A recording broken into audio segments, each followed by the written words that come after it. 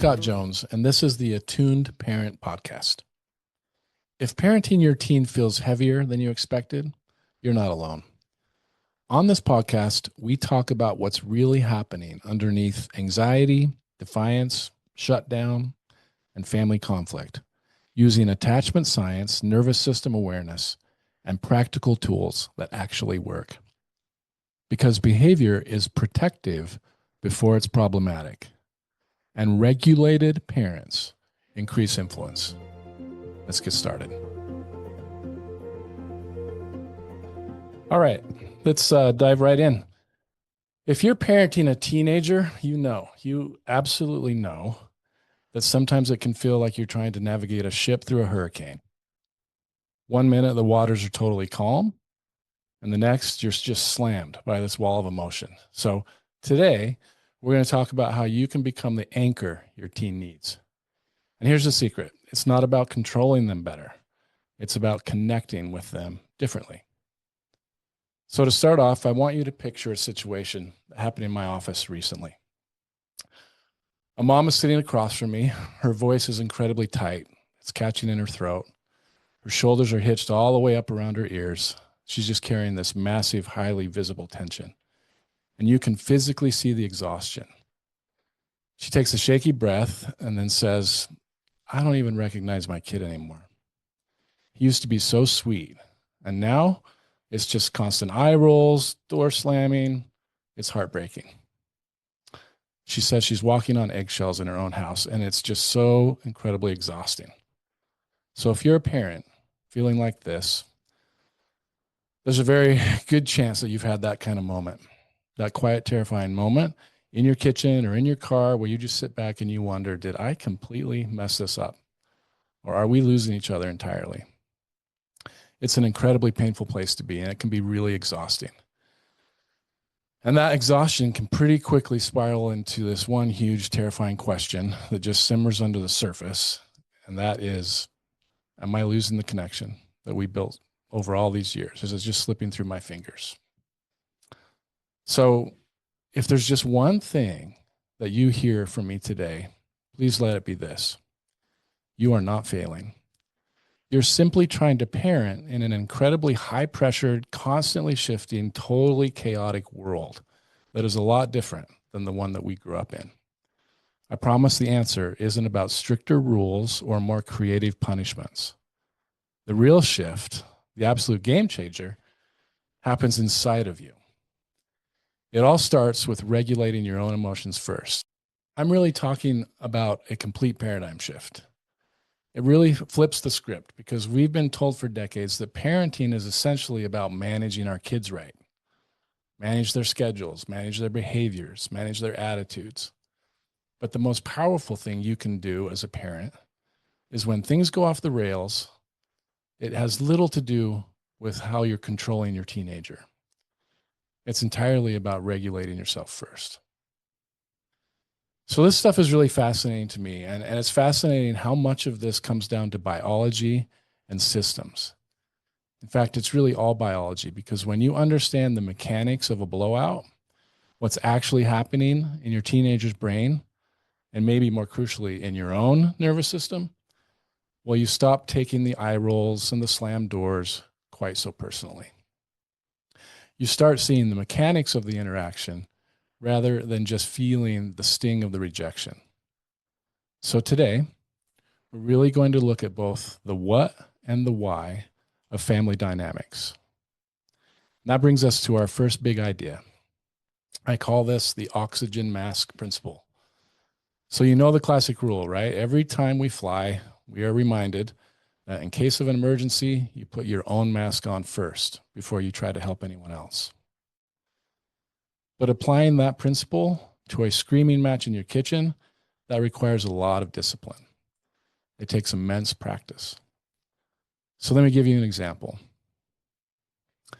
A dad walks into the kitchen after a long day, and his 15-year-old daughter is sitting at the island just scrolling on her phone instead of doing the absolute mountain of homework that she's supposed to be doing. That's a very familiar scenario for a lot of us, right? So he sighs, feeling his own stress spike, and says something like, "Hey, didn't we talk about this?" And she immediately snaps back, "Why are you always on me?" That's like a spark hitting the powder keg right there. If in that split second, the dad's brain is flooded with a stress response. And in that moment, he has a choice. He has a choice between two completely different paths. The first path being pure, unfiltered reaction. So he might fire back something like, "You're so disrespectful," or "That's it. Give me the phone. You're grounded." Which, as anyone who has ever been a teenager or has ever raised a teenager knows, leads to total escalation. Complete meltdown. She yells back, storms off, slams her bedroom door, and now there's just this cold silence in the house, and both of them are furious and completely isolated. In that version of events, both of their nervous systems are completely flooded, completely storming. When a teenager is dysregulated, whether they're yelling or shutting down or spiraling into anxiety, your own nervous system naturally wants to match that intensity. And that's not a parenting flaw, it's human biology. We are wired to mirror the energy and the threat levels of the people around us. But the alternative path, the regulation first path, looks completely different. It looks different internally, even if the external situation is the same. So in the second version, maybe the dad notices his own biological response. He feels his jaw tightening. He feels his chest heating up. And instead of snapping back, he literally pauses. That pause is everything. He takes a breath. He might use an internal anchor like, "I can be the calm in her storm." And then he responds with a completely different tone. He says something like, "Okay, something's going on. Help me understand." And that simple pause completely changes the trajectory of the evening as he regulated his own nervous system first and was able to respond to her rather than just react to the threat. The neuroscience behind all of this is wild. We all know that the teenager's amygdala, which is the brain's threat detection center, is highly reactive. When it lights up, the prefrontal cortex literally goes offline. And since we know the prefrontal cortex handles logic and reasoning and impulse control, trying to lecture them in that moment is completely futile. You literally cannot reason with a nervous system that feels unsafe. So trying to hand down a life lesson or a consequence or a punishment to a dysregulated teen is like trying to install complex software on a computer that's literally on fire.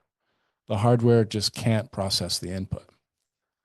So the golden rule in these moments has to be calm first, logic second. Regulation is contagious. When there's a storm, you cannot join the storm. You have to become the anchor. But doing this also requires us to look past the immediate storm, right? We have to figure out what's really fueling it. And that brings us to our second concept. I call it the iceberg effect. So the idea is that instead of looking at a teenager acting out and asking, "What is wrong with this kid?" we need to fundamentally shift our curiosity. We need to be asking what skills are missing or what is the underlying need that's going unmet. Because behavior is communication.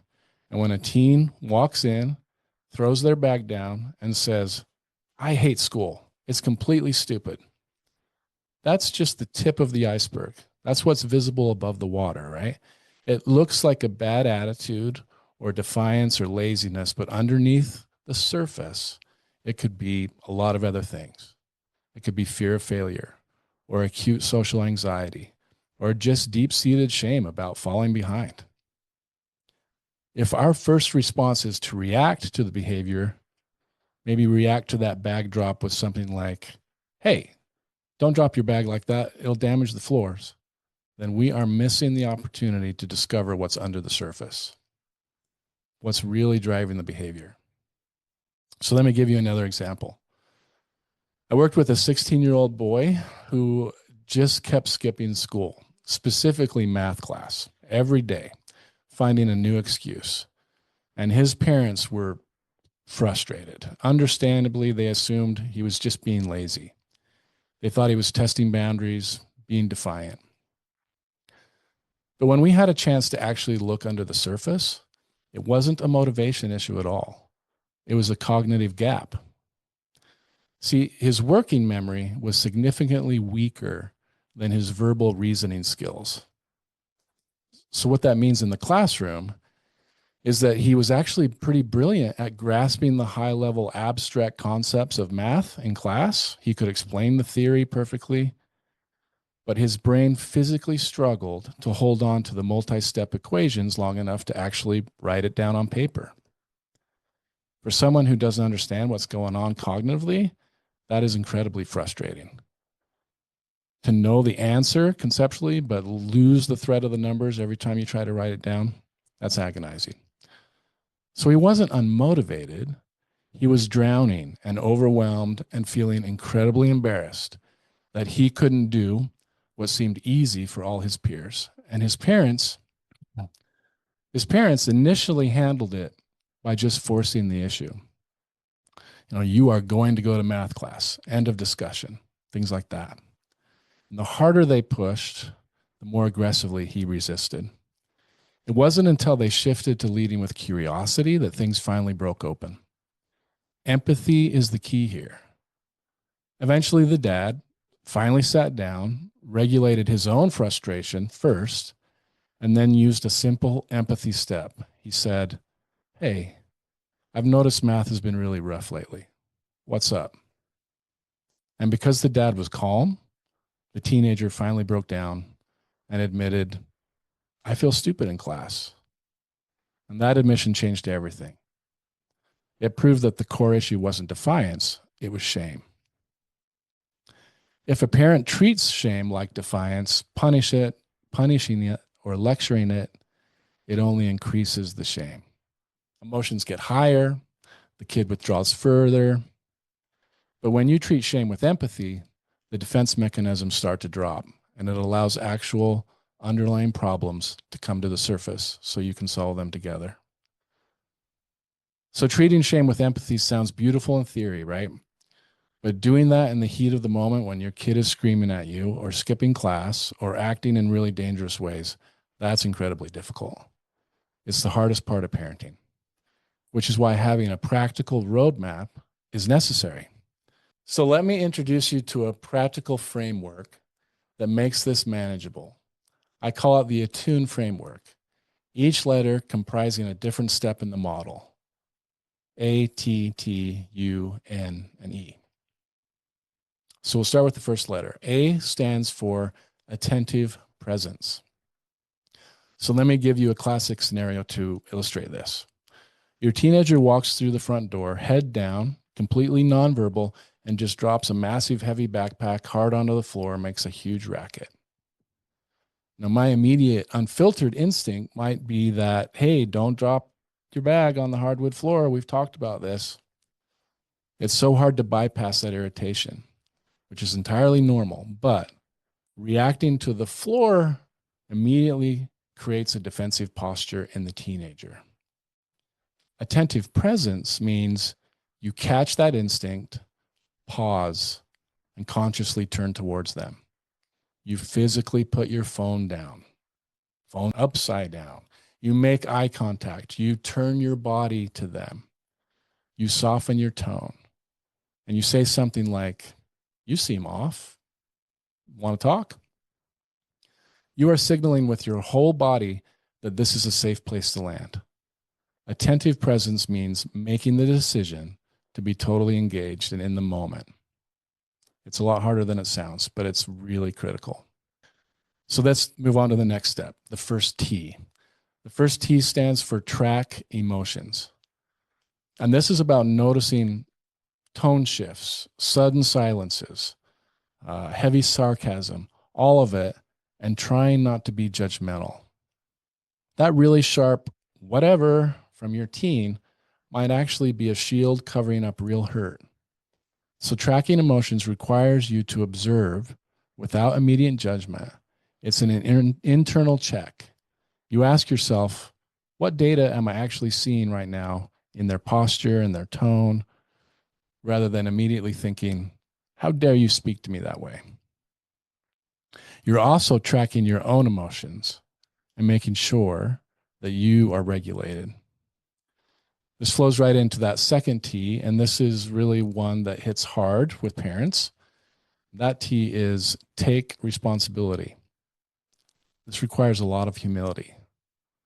Let's say you lost your temper last night. You raised your voice. Maybe you said some things that were a bit harsh. The parental instinct is to just justify that. You might think things like, well, if you hadn't ignored me 3 times, I wouldn't have had to yell at you. But taking responsibility means stopping that defensive sentence and simply saying, I shouldn't have yelled. I lost my temper. That's on me. Because our kids don't need us to be perfect.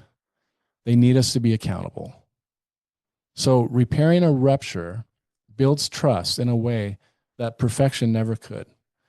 If you never mess up or you never admit when you do, you're never actually modeling for your child how a healthy adult fixes a mistake. And that kind of modeling builds profound security and trust. So this brings us to the next step, which is you understand the need. This is back to our iceberg, right? Every challenging behavior is an attempt to meet a need. A slammed door might look like pure anger, but it could be a desperate need for physical or sensory space. I once had a teenager tell me that when their mom rapid fires questions at them the second they get in the car after school, sounding something like, how was the test? Did you talk to your teacher? How much homework do you have? They feel completely interrogated, just bombarded. So their response is to snap back, put their headphones in, totally disengage. It wasn't a personal rejection of the mom. The underlying need of just having 5 minutes of quiet to decompress was just not being met. Once you've taken the time to understand the needs, you can move on to the next step. N, name the feeling. This means saying something like, it seems like you're really overwhelmed right now, or you sound incredibly disappointed, or you seem really excited right now. There's actual biological reason behind just naming the feeling. It's not just some sort of psychological trick to show them you're listening. This is hard science that backs this up. The act of literally naming an emotion has been shown in the brain scans to physically reduce the activation of the amygdala. So really, just saying an emotion, just putting a name on it, begins to move the brain's activity away from that emotional center back to the rational prefrontal cortex. It literally, physically calms our brains down.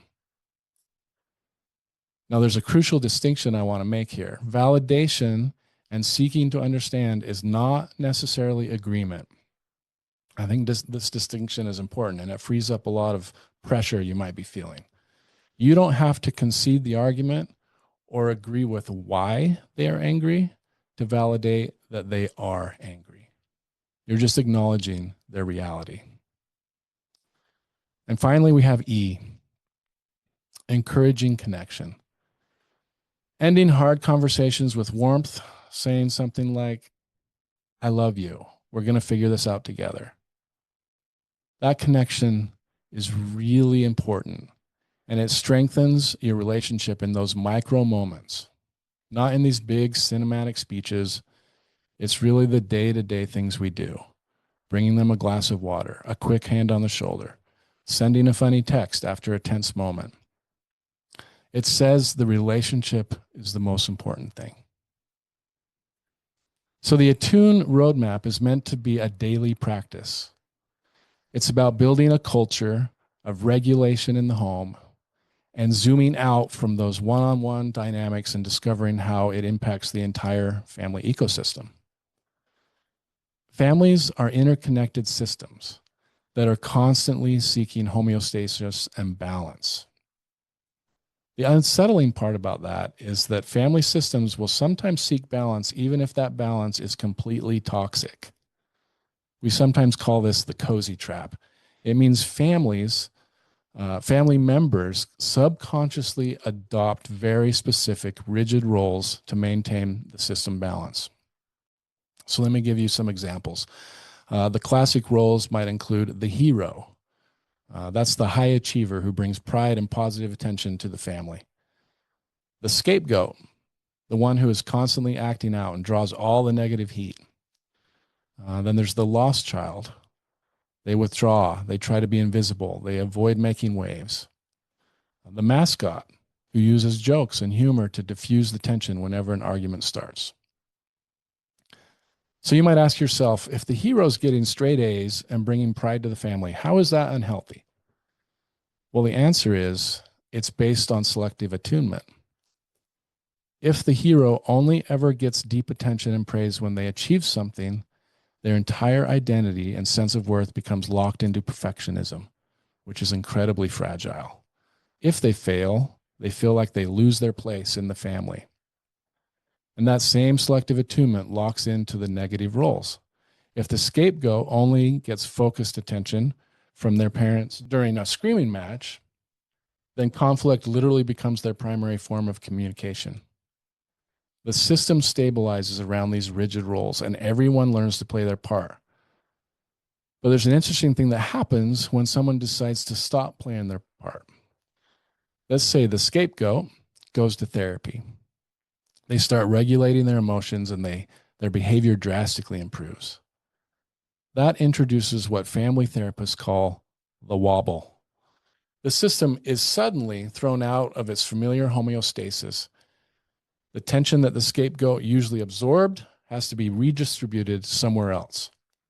So often parents will tell me, hey, ever since our daughter is starting getting better, his little brother, who's always calm and usually quiet, has been acting out nonstop.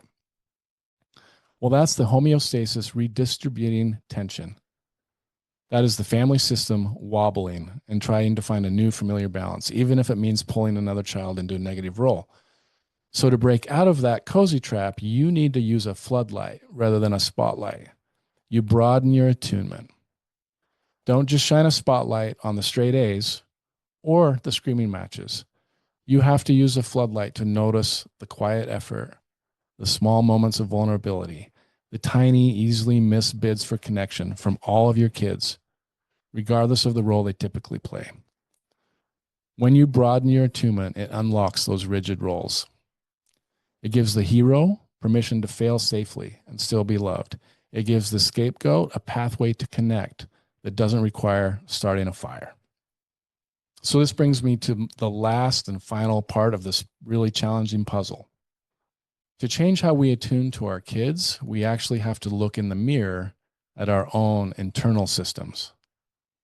Our inner selves are made up of multiple parts, and these parts step up to the microphone in our brain to protect us in moments of stress or perceived threat. As a whole cast of characters inside a parent's head, you might have the fixer, who wants to immediately solve a teenager's problem so that everybody stops hurting. You might have a yeller, who uses intimidation and volume to regain control of a chaotic room.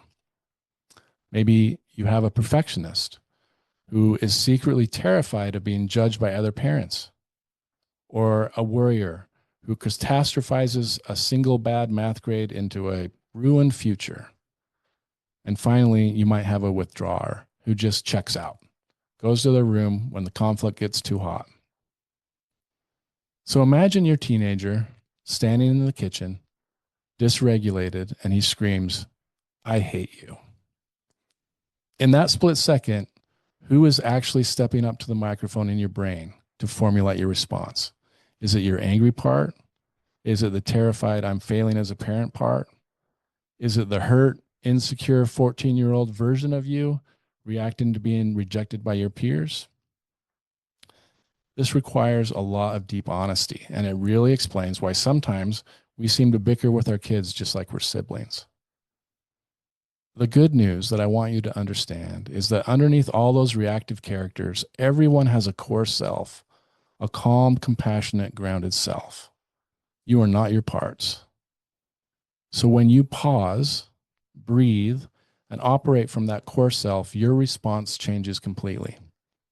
Instead of the yeller stepping up and screaming, "How dare you speak to me like that?"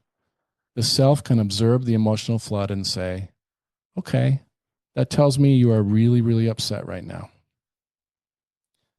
We are conditioned to think that taking a teenager's anger without yelling back is a sign of weakness, or we're letting them get away with it. But the fact is, responding from that grounded self, that actually takes unshakable strength. It takes profound strength not to take the bait and to recognize that their storm is not your storm and to remain their anchor. So bringing this all together, the ultimate goal is not to eliminate all conflict in your home. Conflict is going to happen. Teenagers are designed to push boundaries. The goal is to stay relational while holding the line. You can look at your teenager and say, "I care about you immensely and I love you, and the expectation is still that your curfew is 10 p.m. That's calm leadership. Authority is not collapsing and giving in out of guilt, but it is also not escalating into a war because of your ego. Your influence as a parent doesn't come from your volume or your punishments. It comes from your regulation and your connection. So often we view arguments, slammed doors, and misunderstandings as a failure in our parenting. But what if the rupture isn't a failure at all? What if these messy kitchen floor arguments and the awkward, imperfect repairs that follow them are actually the exact mechanism your teenager needs to build a resilient adult brain? What if your family's conflict isn't a sign that things are broken, but it's actually providing your teen with the exact blueprint they need to survive the inevitable conflicts that will happen in the real world? This changes the entire objective. It moves the goalpost from simply keeping the peace to actively teaching them how to navigate the storm. And navigating the storm together is what builds lasting connection, because relationship is the intervention. So thank you for listening today. And truly, to anybody listening who is in the thick of it, thank you for doing the brave, messy, essential work of parenting with intention. I promise you it's worth it. We'll catch you next time. If today's episode resonated with you, share it with another parent who might need it. Parenting teens today requires steadiness, not perfection. Remember, sequence matters, regulate first, guide second, because connection is not permissiveness, it's leadership. If you enjoyed this podcast, you can help us reach more people by giving us a 5-star review and sharing it with your friends. Really appreciate you listening. Remember, relationship is the intervention. If you're struggling with your teen and feel like things are getting out of control and maybe you need more help, there's a link in the show notes, stillwateracademy.org. Give us a call and let's see if we can help.